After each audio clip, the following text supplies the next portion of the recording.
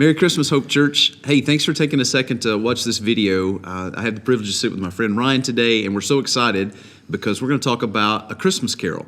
And our hope is that as we talk about the history and the theology of this song, that this Christmas season, as you sing this, or as maybe you hear it on the radio, that it would just simply increase your delight and your celebration of what Christ has done for us. And so let's get started.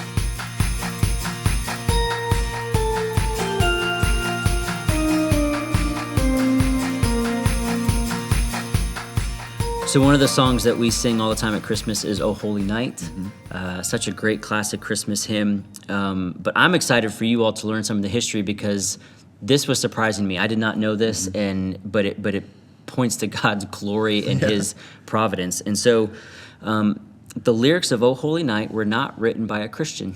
Yeah, just gonna let that sink in for a little bit.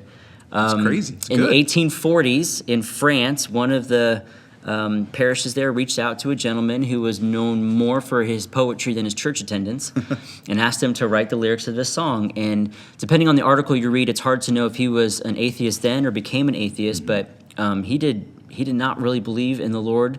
What he did is he looked at Luke 2 and then wrote the lyrics to this hymn.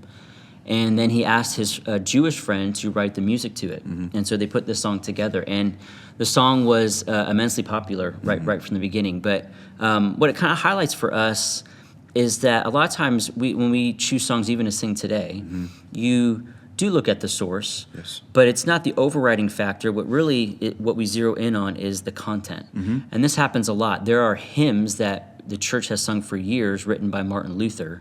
And Martin Luther had some questionable things in his life. One of the big ones that stands out to me is the gentleman who wrote "It Is Well," which is one of my favorite hymns. Basically started a cult afterwards, later on in life. He got really out in left field.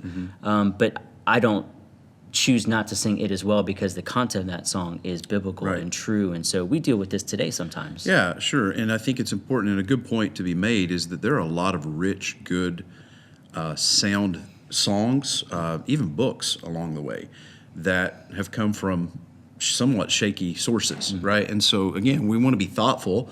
We want to be thinking Christians about source, but to your point, content, theology, accuracy, and then focusing in on that is so important. And we just need to be thoughtful, but also celebrate that this is God's common grace to us. God uses all things in the world to bring His name glory. And so we should be really appreciative of that part of God's sovereignty over the world and see that as part of living in a broken world as well too, So when the rumors got out that this song was not written by a Christian, the French Catholic Church tried to ban it. And it was successful for a little bit, but then an American abolitionist brought it to America, and he really resonated with the lines about the slave being our brother and oppression shall cease. And he may have changed some of those lyrics to the lyrics that we sing today. It's kind of hard to know, but the popularity grew. And then there's this great story in 1906 where this gentleman who was a chief chemist for Thomas Edison was experimenting with microphones. And so he all of a sudden sent out his voice across the radio waves. And so thousands of people across the nation are in front of their little tiny speakers, and they were used to hearing that playback Morse code. And all of a sudden this voice comes through the speakers. This gentleman reading Luke 2, and so you can imagine the emotional impact that had on them and the memories that were formed in that moment. And after he read Luke 2, he played "O Holy Night" on the violin. That's amazing. And so just the popularity spreads.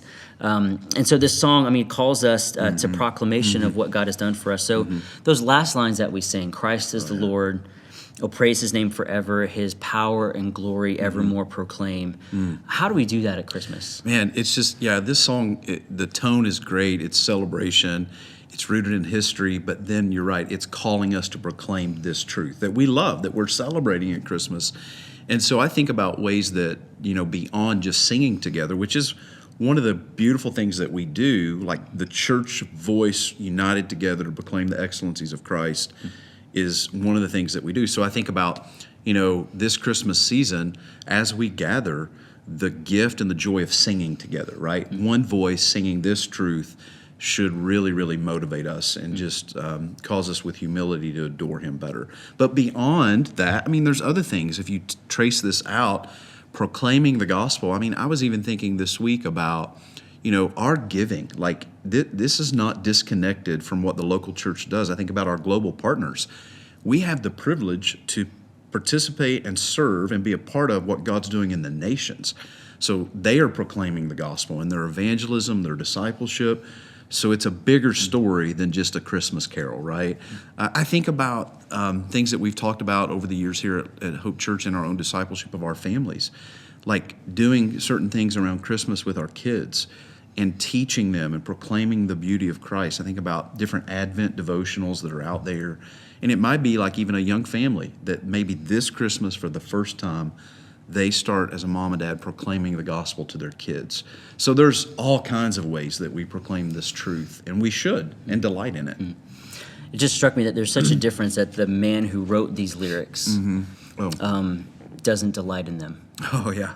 And, Ephesians talks about that all things work together for the praise of God's glory, the praise of it. Demons and God's enemies, they will acknowledge his glory. But the difference for us is that we prize and treasure it. And that's what marks us as children of God. And so when we come and we sing this on a Sunday, I picture the guy writing this song would just stand there and maybe mouth the words. Maybe. But we get to proclaim it and delight in it, and that's the difference. Yeah, and I think that's important. You're right. Like, as an atheist, there were huge disconnects, right? And, he may have mentally been able to compose something of great beauty, but affectionately, he was not there, right? So this is the whole idea of that the gospel changes our life. And as we sing this truth together this Christmas, we don't want to just be people who, oh man, that's accurate. But man, that's everything to me. That's my only hope. And so that's what Christians do. And so increasingly, this Christmas, that's what we hope for our people together at Hope Church, right?